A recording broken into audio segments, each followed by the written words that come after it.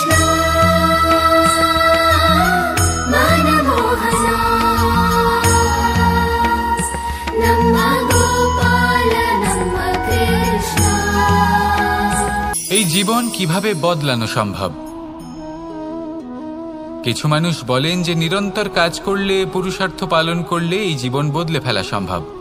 আজ আমি আপনাকে বোঝাবো যে এক মুহূর্ত, সময় আর সিদ্ধান্ত কতটা গুরুত্বপূর্ণ হয়।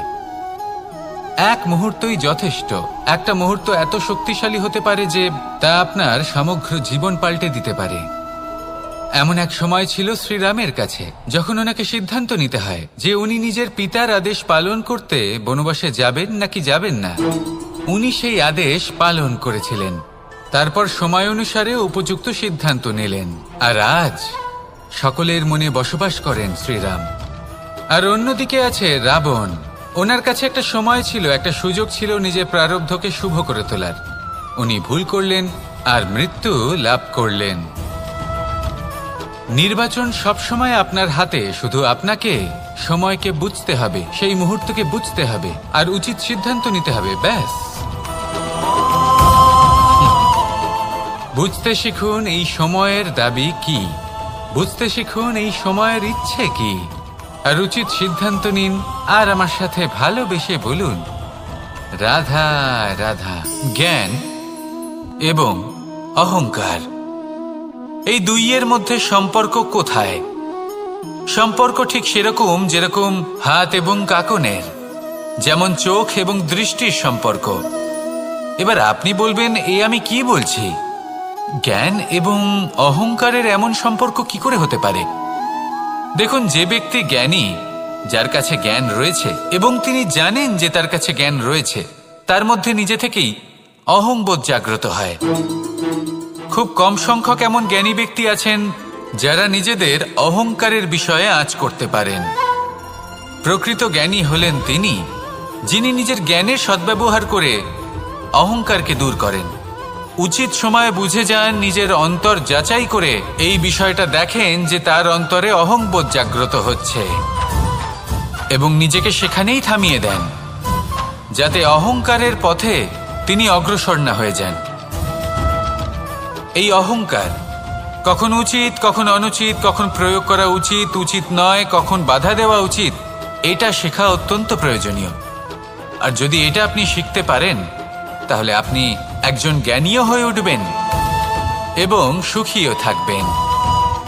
তাই মনে রাখবেন, এই জ্ঞান নিয়ে কখনোই অহংকার করবেন না, বরং সবসময় নিজের অহংবোধের বিষয়ে প্রকৃত ধারণা রাখবেন। আসুন আমার সাথে ভালোবেসে বলুন রাধা রাধা।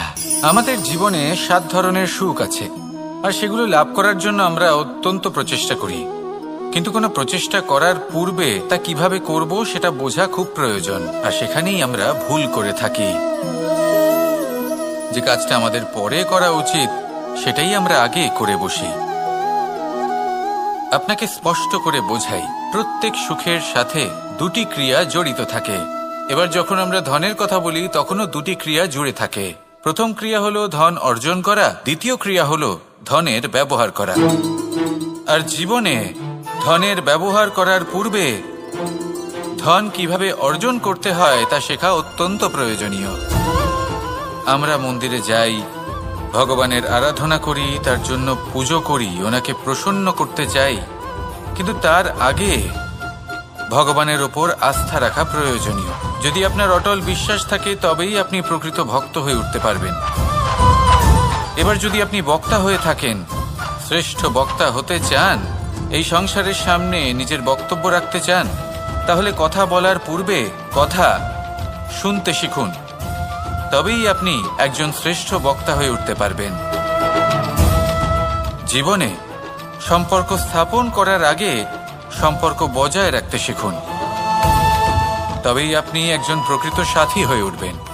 জীবনে পরাজয় মানার পূর্বে বিজয়ী হওয়ার চেষ্টা কিভাবে করতে হয় সেটা শিখুন, তবেই আপনি একজন নিপুণ ব্যক্তি হয়ে উঠবেন। অন্তিম এবং সবথেকে গুরুত্বপূর্ণ কথা, জীবনে ভালোবাসা লাভ করার পূর্বে ভালোবাসা প্রদান করতে শিখুন, তবেই আপনি একজন প্রকৃত প্রেমী হয়ে উঠবেন। আসুন আমার সাথে ভালোবেসে বলুন, রাধা রাধা। এই সংসারের সব থেকে বড় যুদ্ধ কোনটা?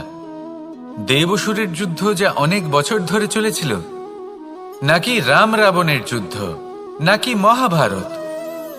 না, সংসারের সব থেকে বড় যুদ্ধ হলো সেইটা যা নিজের সাথে লড়া হয়, নিজের মনের সাথে লড়া হয়, নিজের অন্তরের সাথে লড়া হয়। এটাই সব থেকে বড় যুদ্ধ। এবার নিজেই দেখুন আপনার সব থেকে বড় শত্রুকে। আপনার স্বার্থ, আপনার কামনাগুলি, আপনার অহংকারগুলি, যা আপনাকেই নষ্ট করে দেয়। যদি এদের ওপর আপনি বিজয় লাভ করতে পারেন, তাহলে ধরে নিন এই সংসারে সবার উপরে আপনি বিজয় লাভ করতে পারবেন। এই সংসারে কেউ আপনাকে পরাজিত করতে পারবে না। কিন্তু তার জন্য প্রয়োজন অনুভূতির। অনুভূতি ভালোবাসার, অনুভূতি অনুপ্রেরণার। যে ব্যক্তি ভালোবাসতে পারেন এবং প্রেরণা দিতে পারেন, তিনি চিরকাল জয়লাভ করতে পারেন। নিজের কাছে ভালোবাসার এক অস্ত্র রাখুন আর প্রেরণার এক ঢাল। জীবনে কেউ আপনাকে পরাজিত করতে পারবে না। আসুন আর আমার সাথে ভালোবেসে বলুন, রাধা রাধা। সৌন্দর্য।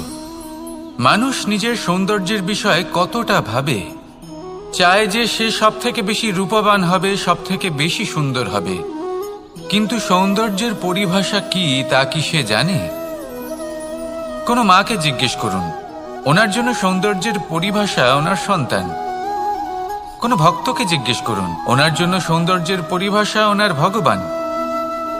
শ্রীরামকে জিজ্ঞেস করুন, ওনার জন্য সৌন্দর্যের পরিভাষা হলো হনুমান। ভাঙা হানু, ফুলে যাওয়া মুখ, দেখতে গেলে উনি বানর, লম্বা লেজ, এত নিরীহ যে ওনাকে অমূল্য মালা দিলে সেটা ছিঁড়ে তার ভেতরে শ্রীরামকে খুঁজছিলেন। কিন্তু ওনার ভাবনা কত সুন্দর। উনি এটা বিশ্বাস করেন যে সংসারের যতই মূল্যবান জিনিস দিয়ে এই মালা তৈরি করা হোক না কেন, যদি এর মধ্যে শ্রীরাম না থাকেন, তাহলে এর মধ্যে কোনো অর্থ নেই। সৌন্দর্য রূপে নয়, ভাবনায় নিহিত থাকে। যদি আপনি সৌন্দর্য প্রাপ্ত করতে চান, তাহলে তা কর্মে নিয়ে আসুন, ভাবনায় এবং বিচারে নিয়ে আসুন। এই সৌন্দর্য আপনার সাথেই থাকবে। যদি আপনি সৌন্দর্যকে রূপের মধ্যে খোঁজেন, তাহলে কিছুক্ষণের জন্য পাবেন। সেই সৌন্দর্য সময়ের সাথে হারিয়ে যাবে। সৌন্দর্য যদি পেতে চান, খুঁজতেই চান, তাহলে হৃদয় খুঁজুন, কর্মে খুঁজুন। মন প্রসন্ন হয়ে বলবে, রাধা রাধা। এই সংসারে মানুষ জন্মগ্রহণ করেন, বড় হতে থাকেন, পুরুষার্থ লাভ করেন, অর্জন করেন। অর্জন করা আসলে কি? বেশিরভাগ মানুষ বলেন অর্জন করা অর্থাৎ ধন সম্পত্তি অর্জন করা। আর কি অর্জন করা যায়? আর কি লাভ করা যায়? আসল প্রশ্ন হলো এটাই যে কি এমন আছে যা বাস্তব রূপে অর্জন করার যোগ্য। তা হলো ব্যবহার, জ্ঞান এবং সন্তোষ। কেন? কারণ আপনি যখন এই সংসার ছেড়ে চলে যাবেন, তখন আপনার ধন সম্পত্তি আপনাকে বিদায় জানাতে আসবে না। আপনাকে বিদায় জানাতে আসবে আপনার আপনজন, যাদের সাথে আপনার সুসম্পর্ক ছিল। সমগ্র সংসারে সহস্র মানুষ ধন অর্জন করে থাকেন। শ্রেষ্ঠ মানুষ হলেন তিনি, যিনি ব্যবহার, জ্ঞান এবং সন্তোষ অর্জন করে থাকেন, একে সকলের মধ্যে বিতরণ করেন। তাই এটাই করুন আর আমার সাথে ভালোবেসে বলুন, রাধা রাধা। সেই কখন থেকে এই পুস্তকটিকে দেখছি, কিন্তু এর থেকে আমি কোনো জ্ঞান লাভ করতেই পারছি না। এবার আপনি বলবেন যে আজ কেমন বিচিত্র কথা বলছি আমি। যদি এই পুস্তক থেকে আমাকে জ্ঞান লাভ করতে হয়, তাহলে শুধুই তাকিয়ে থাকলে হবে না। আমাকে এই পুস্তককে খুলতে হবে, পড়তে হবে, তাকে বুঝতে হবে, তবেই তো জ্ঞান প্রাপ্তি হবে। বড়ই সহজ একটা ব্যাপার, কিন্তু একে যাপন করা অত্যন্ত কঠিন, তাই না? আপনি নিজেকেই দেখে নিন। আপনার কাছে অনেক জ্ঞান রয়েছে। সহজ থেকে সহজতর জ্ঞানের কথা যদি বলি, আপনি এটুকু তো জানেন যে সত্যি কথা বলা ভালো কাজ, দান করা হলো পুণ্যের কাজ, আপনি জানেন যে পরিশ্রম করলে সাফল্য আসবে। এই জ্ঞান তো আমাদের কাছে রয়েছে, এমন অনেক জ্ঞান আমাদের কাছে রয়েছে, কিন্তু আলস্যের কারণে, অবহেলা করে আমরা শুধু এই জ্ঞান প্রয়োগ করতে পারি না, এই জ্ঞান যাপন করতে পারি না, একে আচরণে প্রয়োগ করতে পারি না, সেই জন্য দুঃখী হয়ে যাই। তাই আপনার কাছে যা যা জ্ঞান আছে, যা যা জ্ঞান আপনি লাভ করেছেন, সেই জ্ঞান যাপন করা শুরু করুন, জীবনে প্রয়োগ করতে শুরু করুন। এই মন প্রত্যেকটি মুহূর্তে প্রসন্ন থাকবে, আর লক্ষ্যপ্রাপ্ত করে এই মন বলবে, রাধা রাধা। একটা জলের ফোঁটাকে ফোঁটা নামে সম্বোধন করা হয়। অনেক ফোঁটা একত্রিত হলে সাগরের রূপ ধারণ করে। শুধু একটা পাতাকে পাতা বলা হয়, অন্য অনেক পাতার সাথে একত্রিত হলে তা গ্রন্থের রূপ ধারণ করে। একটা মাত্র সুতো অন্য সুতোর সাথে মিলিত হলে বস্ত্রের রূপ ধারণ করে। অনেক সংখ্যক ইট একত্রিত হলে মহলের রূপ ধারণ করে। সৈন্যরা একত্রিত হলে সৈন্যদল তৈরি হতে পারে। এটা হলো শক্তি সংগঠনের, এটাই হলো শক্তি একতার। তা সে বনস্পতি হোক বা কোনো ব্যক্তিই হোক, কোনো মনোভাবই হোক, যদি একা থাকে তাহলে দুর্বল হয়ে পড়বে। যদি সংগঠিত থাকে তাহলে শক্তিও বাড়বে, আর আপনাকে সামনে এগিয়েও নিয়ে যাবে। তাই এই একতায় বিশ্বাস রাখুন, আর আমার সাথে ভালোবেসে বলুন, রাধা রাধা। এমন কিছু রয়েছে মানুষের মনে, তাদের জীবনে এমন এক আবেগ যা সর্বজন বিদিত, যা সবাই জানেন যে উপস্থিত আছে, সেটাকে আমরা সমস্যা বলে থাকি। এমনিতে আমরা সকলেই জানি যে এমন কোনো গৃহ নেই যেখানে মৃত্যুর ছায়া পড়েনি, এমন কোনো বৃক্ষ নেই যার দ্বারা ওষুধ তৈরি সম্ভব নয়, এমন কোনো অন্ন নেই যা সময়ের সাথে বিষ বা অমৃতে পরিণত হতে পারে। এবার এই সমস্যাগুলি কোনো ব্যক্তির জন্য সমস্যা হতে পারে, কিন্তু নিজে থেকে এরা কোনো সমস্যাই নয়। এরা আসে আমাদের সাহায্য করতে, আমাদের কিছু শেখাতে। আপনি নিজেই দেখুন, পর্বতের শিখর থেকে কোনো এক পাখি পড়ে গিয়ে নিজের প্রাণ ত্যাগ করলো। সেটা কখন সম্ভব? যখন সেই পাখি ওড়ার চেষ্টাই করে না। তখন যখন কোনো ব্যক্তি জলে পড়ে যান এবং ডুবে গিয়ে নিজের প্রাণ হারান, এর সম্ভাবনা কখন বেশি থাকে? যখন সেই ব্যক্তি সাঁতার কাটার চেষ্টাই করেন না। তখন এই সমস্যা প্রত্যেকের জীবনে থাকবেই, কিন্তু এটা মনে রাখা প্রয়োজনীয় যে কোনো সমস্যা পরিস্থিতির কারণে সমস্যা হয়ে ওঠে না। এই পরিস্থিতি যখন আমাদের সামনে আসে, আমাদের তা কঠিন মনে হয়, আমরা নতমস্তক হয়ে পড়ি, ভয়ভীত হয়ে পড়ি, তার সম্মুখীন হতে পারি না। তখন তা সমস্যার রূপ নেয়। দৃঢ় হয়ে দাঁড়িয়ে থাকুন সাহসের সাথে, এই পরিস্থিতিগুলির সম্মুখীন হন, দেখবেন সমস্যা কখন সাফল্যে পরিণত হবে আপনি জানতেই পারবেন না। আসুন আমার সাথে ভালোবেসে বলুন, রাধা রাধা। এই সংসারে কখনো কোনো ব্যক্তিকে তার বাইরের পোশাক দেখে বিচার করার চেষ্টা করবেন না, এটা খুব বড় ভুল করবেন। যেমন আমরা জীবনে অনেক সময় এমন করি, ধরুন কোথাও একটা গাছ দেখলাম, খুব বিশাল আকারের একটা গাছ, যেটা মাটির থেকে অনেক উঁচুতে পৌঁছে গেছে, যার বিশাল শাখা আছে। সেগুলো দেখে আমরা ভাবি যে এই গাছে হয়তো কত সুস্বাদু ফল আছে, আমরা সেই গাছের পরিচর্যা করতে থাকি।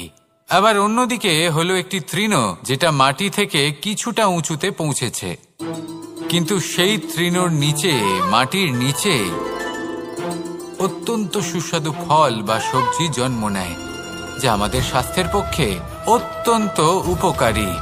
সেই জন্য কখনো আবরণ দেখে কাউকে বিচার করতে চেষ্টা করবেন না। তার বদলে এটা বোঝার চেষ্টা করুন যে আপনার সামনে যে ব্যক্তি আছে বা বস্তু আছে, তার বিশেষত্ব কি। যদি এই বিশেষত্ব বোঝার ক্ষমতা আপনি অর্জন করেন, যদি এই শিল্প আপনি নিজের ভেতরে জাগ্রত করেন, তাহলে এই সংসারে বিশেষত্ব কি সেটা আপনি জানতে পারবেন। আর এই সমস্ত খেলা দৃষ্টি থেকে নয়, দৃষ্টিভঙ্গি থেকে জন্ম নেয়। দৃষ্টিভঙ্গি সবসময় শুভ রাখুন, আর আমার সাথে ভালোবেসে বলুন, রাধা রাধা।